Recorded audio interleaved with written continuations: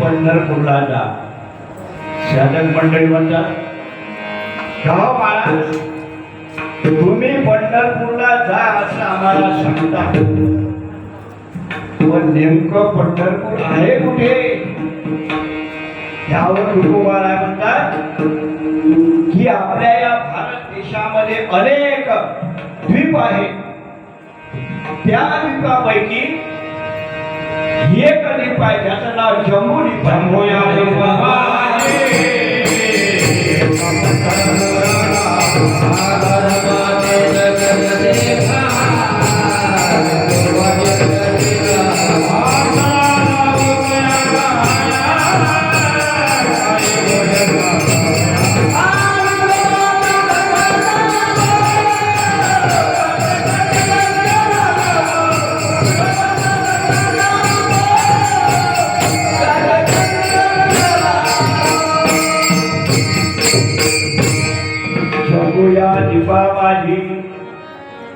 पंढरपूर गावला धर्माचे नगर देखा विठू पाटील त्याचं नाव. विठू पाटील त्याचं नाव आहे आणि तो देव आहे. मग हा देव आम्हाला कोणी सांगितला? कोणी सांगितलं आम्हाला देव? आम्हाला माहित होता का? नाही. कोणी सांगितला? आम्हाला संतांनी त्याची ओळख करून दिली. म्हणून तुकोबाराय म्हणतात की जम्बू द्वीपामध्ये पंढरपूर नावाचे एक गाव आहे आणि त्या गावामध्ये विठोबा बसलेले आहे. गाव महाराज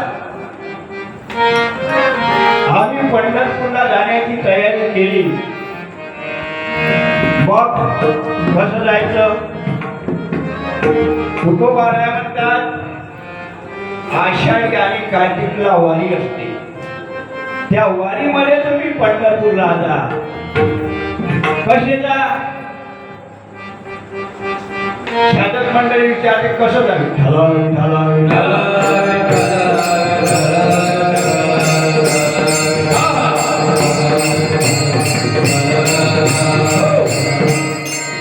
गाव तुका महाराज कसं जा?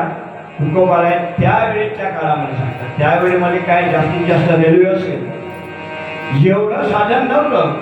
तुकोबाराय म्हणतात तुम्ही तुमच्या साधनाप्रमाणे जा, पण साध्यापर्यंत तुम्ही पोचा. मग तिथे गेल्यानंतर आधी काय करायचं? प्रथमतः तुकोबाराय म्हणतात तिथे पवित्र अशी गंगा आहे जिचं नाव चंद्रभागा. त्या चंद्रभागेचं तुम्ही दर्शन घ्या. आंघोळ करा नाही असं म्हटलं, दर्शन करा. अवघीच तीर्थे घडती एक वेळा चंद्रभागा डोळा देखलिया. किती पावर असली पाहिजे चंद्रभागेमध्ये. फक्त तिचं दर्शन जरी झालं तरी तुम्हाला सर्व तीर्थाचं पुण्य प्राप्त होते. आंघोळ केल्यावर काय होईल? मग आंघोळीचं महत्व काय? चंद्रभागेमध्ये आंघोळ केल्यानंतर तुम्हाला काय काय मिळते?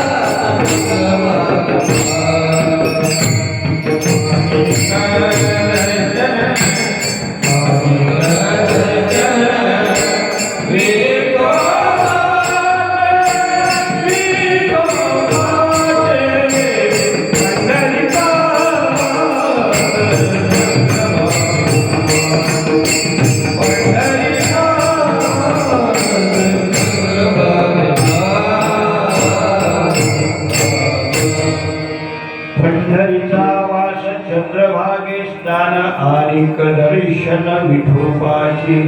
चंद्रभागेचं पवित्र स्नान करा. मग ती चंद्रभागा एवढी पवित्र का? कारण या भारतामध्ये 350 नदी आहे. त्यापैकी एकच आहे जी गंडकी, ती नेपाळमध्ये आहे. आता या नदीपैकी चंद्रभागेचं एवढं महत्व का? त्याचा एक छोटी कथा आहे. चंद्र आपल्या गुरुकडे कलेनं वाढला आणि चंद्राने विचारलं की गुरुवर्य, तुम्हाला आता गुरु दक्षिणेमध्ये मी काय देऊ? कारण त्यावेळेचे गुरु जे होते, आजचे जे गुरु आहे याच्यामध्ये जमीन आणि आसमानचा फरक आहे. विठाला विठाला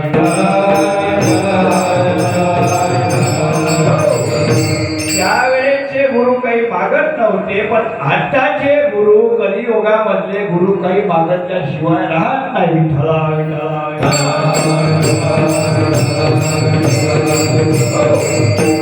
चंद्राने विचारलं, गुरुजी तुम्हाला गुरु दक्षिणेमध्ये काय देऊ? गुरुने सांगितलं, एक काम कर, गुरु आईकडे जा आणि तिला विचार की गुरु दक्षिणेमध्ये काय द्यायचं. चंद्र हा पहिले सुंदर स्मार्ट होता. त्याला पाहिल्यानंतर गुरु आईच्या मनामध्ये विकार जागृत झाला आणि तिने सांगितलं की तू मला मी म्हणेल तसं करावं लागेल. चंद्राने ते मान्य केलं आणि हे सर्व गुरुला माहीत झाल्यानंतर, सर्व देवाधिकांना माहीत झाल्यानंतर याला काहीतरी आता शिक्षा द्यावं लागेल. मग याला कोणती शिक्षा द्यायची? याला सांगितलं की याला एक लोहदंड द्या. लोहदंड म्हणजे लोखंडाचा, एक प्रकारे आपण पायी म्हणू शकतो की हे लोहदंड घेऊन जायचं खांद्यावर आणि ज्या नदीच्या पाण्यामध्ये हा लोहदंड बुडेल तिथं तुझं पाप नष्ट होईल. विठाला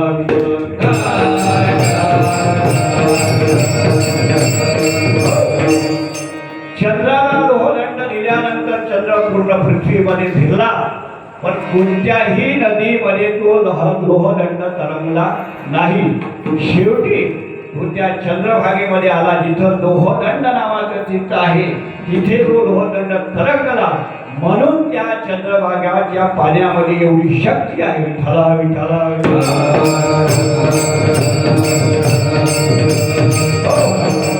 साधक मंडळी विचारतात, का हो तुकोबार आहे, आम्ही चंद्रभागेचं दर्शन घेतलं, चंद्रभागेचं स्नान केलं, आता पुढे काय करायचं? पुढे पुंडलिकाचं दर्शन घ्या. त्यानंतर घाट चढल्यानंतर चोखोबाकडे चोखवा. हे चोखोबा कोण? या चोखोबाला भगवान पांडुरंगाने एवढा मोठा अधिकार दिला आहे. एक प्रकारे त्यांना एक वरदान दिलाय की आषाढी कार्तिकेमध्ये आलेल्या वारकरी प्रथम तुमच्या चरणावर चोख होईल, त्यानंतर तो पुढे जाईल. विठाला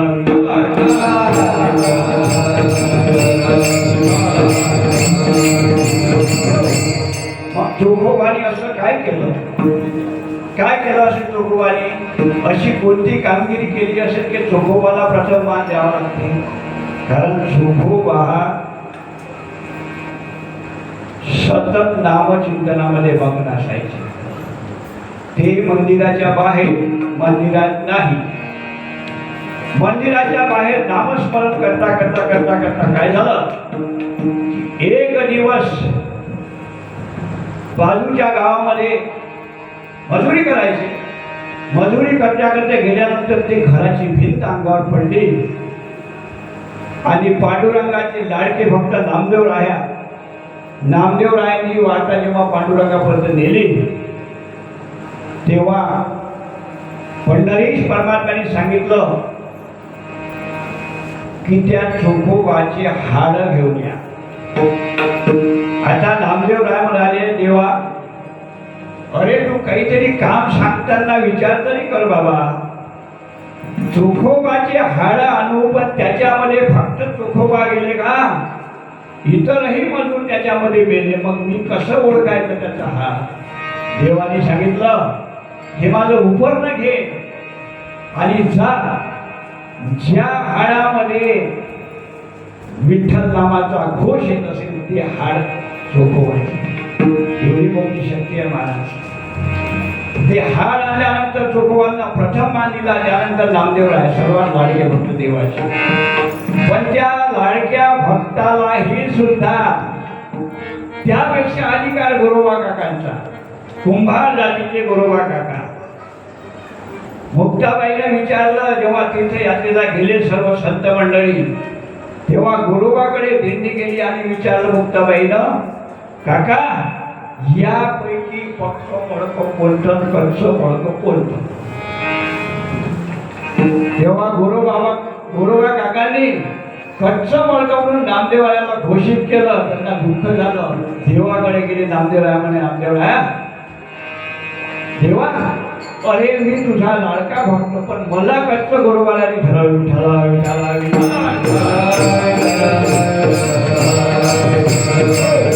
मला काय सांगायचं की संतांचा महिमा किती प्रबळ आहे, संत काय करू शकतात. साधकांनी विचारलं, महाराज आम्ही चंद्रभागेचं स्नान केलं, पुंडलिकाकडे नामदेवरायाचं दर्शन केलं, त्या गाभाऱ्यामध्ये गेलो आणि तिथे गेल्यानंतर आम्ही काय करायचो, तिथं गेल्यानंतर तुम्ही पांडुरंगाला आलिंगन द्या. हे त्यावेळेस हा शक्य आहे का, कारण हा शक्य नाही, कारण तिथं जय विजय दोन असे उभे आहे. चला चला पुढे, चला पुढे. फुलकाटवाला असो तर त्याचा पट्टा ओढून घेतील, फसलावाला असो तर त्याचा काष्टा ओढून घेतील. जाऊ शकते का, नाही. चला यापेक्षा सोपं सांगितलं, पुढे काय करा, एक काम करा, त्या मंदिराला प्रदक्षिणा घ्या. उजवी प्रदक्षिणा, उजवी म्हणजे या हातावर आपल्या मंदिराला पाहिजे. उजवी प्रदक्षिणा घेतल्यानंतर महाराज किती गर्दी आहे हो, लाखो लोक आहे. आकाश महाराज पाहिले, जेवढ्या लाखो लोकांमध्ये प्रदक्षिणा कशी घेतली महाराज. एक काम करा, नाही होत ना तुमच्याला, अर्धी प्रदक्षिणा घ्या. हो महाराज, अर्धी प्रदक्षिणासाठी वाट नाही. एक काम करा, हळूहळू जा आणि मंदिराची पाठ पहा. पाथा रावळाची पाठ, तीर्थे गळती 360. एवढा मोठा चमत्कार तुकोबारायांना हो, त्याच्यामध्ये एवढा मोठा चमत्कार आहे. बरं का हो महाराज, ही साधना आमच्यासाठी पूर्ण होत नाही, मग पुढची साधना सांगा, याच्यापेक्षा सोपं सांगा. तुकोबारायांना एक काम करा, कळस पहा. कारण वारीमध्ये देव हा कळसावर बसलेला असतो. कशा करता, मंदिरात दर्शन ज्याचं होत नाही त्याला दर्शन केल्याकरता कळसावर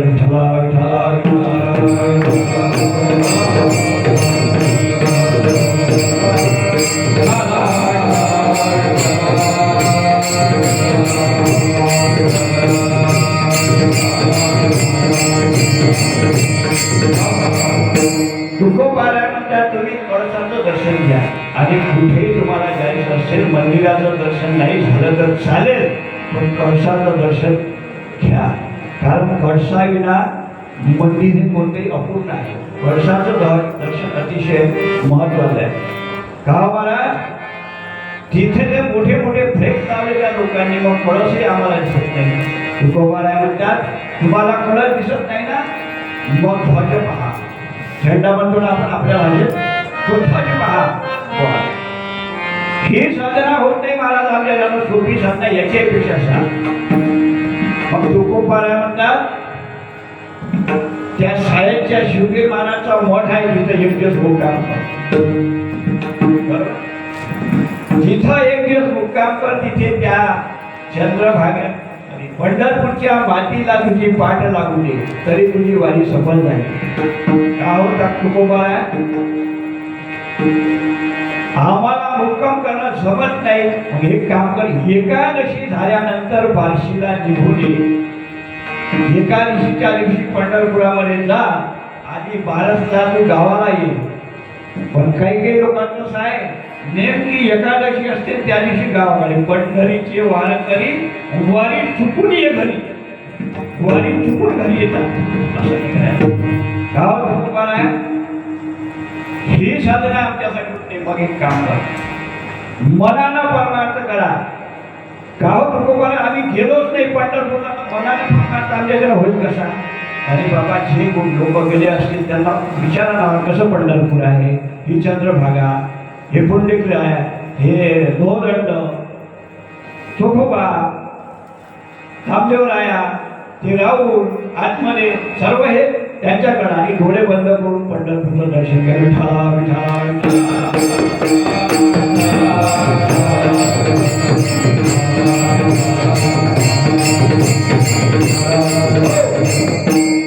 मग तुकोबाला हे सर्व केल्यानंतर आमच्या जीवनामध्ये काय परिवर्तन होईल हे तुकोबाला अभंगाच्या विश्लेषण.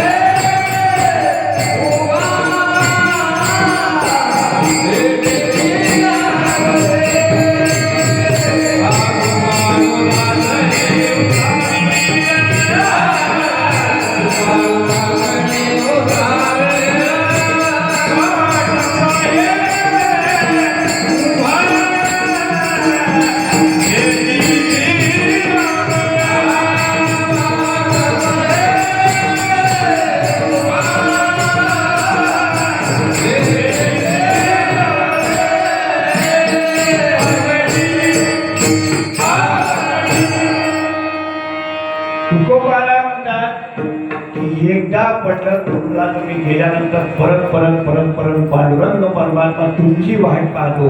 वाटपा हे उभा भेटीची आवडी, कृपाळू तातडी उतावीळ. नुसती वाट पाहते, तो उतावीळ असतो की माझे भक्त आषाढीला येतील, माझे भक्त कार्तिकेला येतील. तुकोबाला तुम्ही सांगितल्याप्रमाणे आम्ही पंढरपूरला जाऊ, पंढरीची वारी करू. मग हे सर्व केल्यानंतर आम्हाला त्याचं काय फल मिळेल? अभंगाला विषय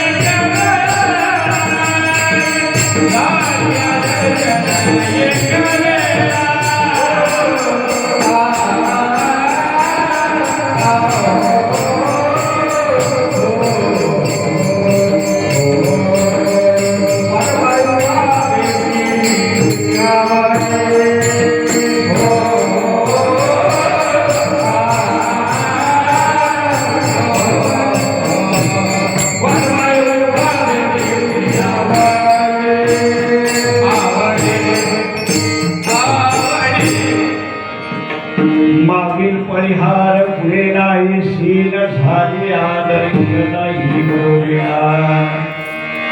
एकदा त्याचं दर्शन झालं का सर्व आपल्या जीवनामधला श्री निघून जातो.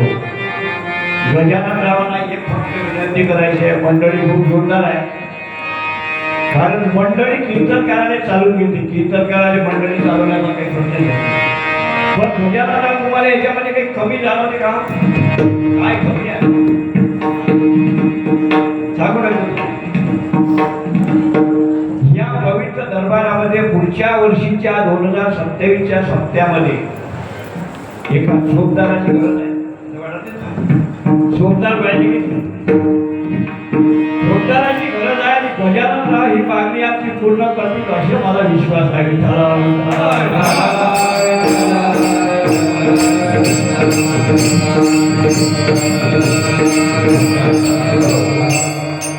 आता जवळपास 1 तासापासून तुम्ही सर्व मंडळी बसली आहे.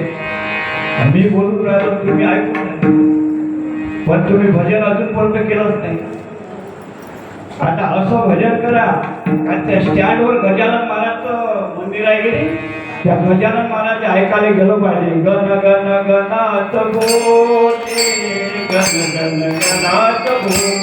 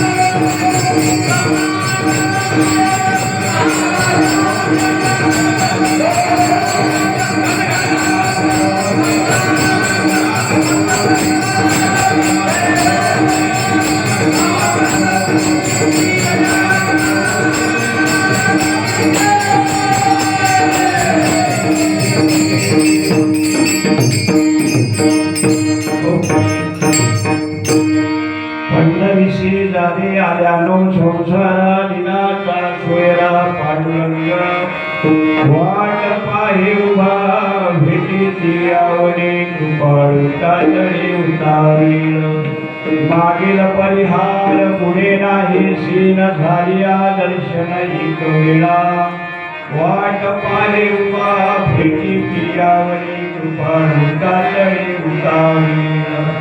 साधक मंडळी तुकोबारांना विचारतात, तुकोबारा आम्ही पंढरपूरची वारी करू, पंढरपूरला आम्ही जाऊ, पण आम्ही जे तुम्हाला सुख मागितलं हे सुख आम्हाला कसं मिळेल आणि कशा कोणत्या माध्यमातून आम्हाला मिळेल हे आम्हाला सांगा. अभंगाच्या शेवटच्या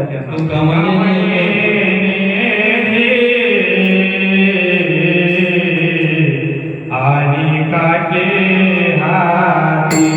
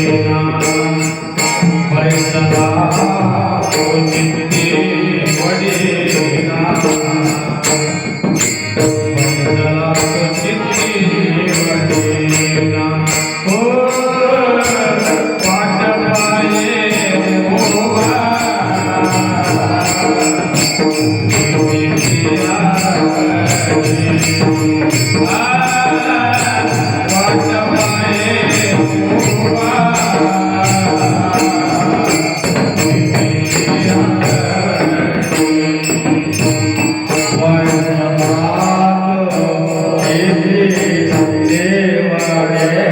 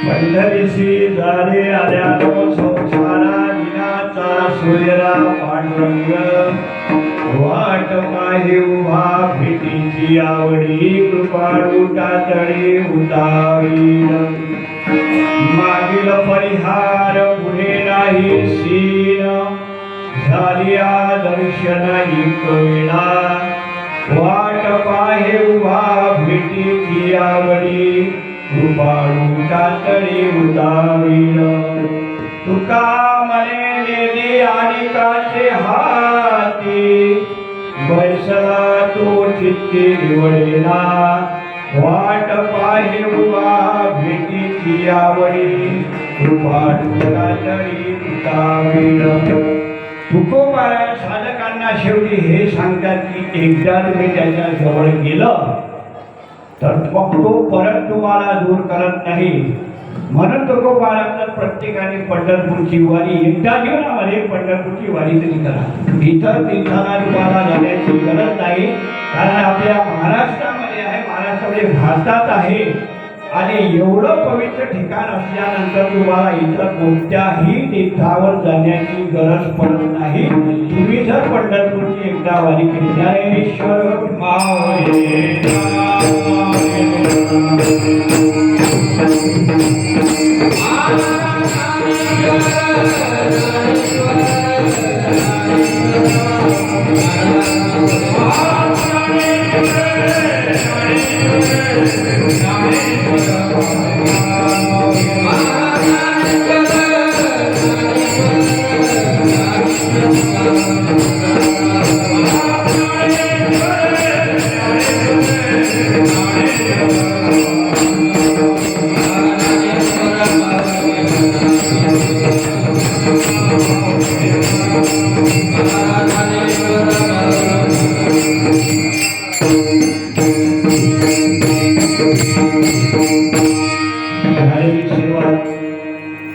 पंढरीश परमात्मा कुंडिक महाराज कल्याणी महाराज गुरुवर्य हरिभक्तपरायण पटेलनाथ महाराज आणि सर्व प्रभू तुम्ही महेशाची मूर्ती माझ्या पाठीमाग असलेली टाळकरी मंडळी वारकरी गावकरी सर्वांच्या चरणी ही सेवा समर्पण करतो आणि सेवेला विराम देतो विठ्ठल जय जय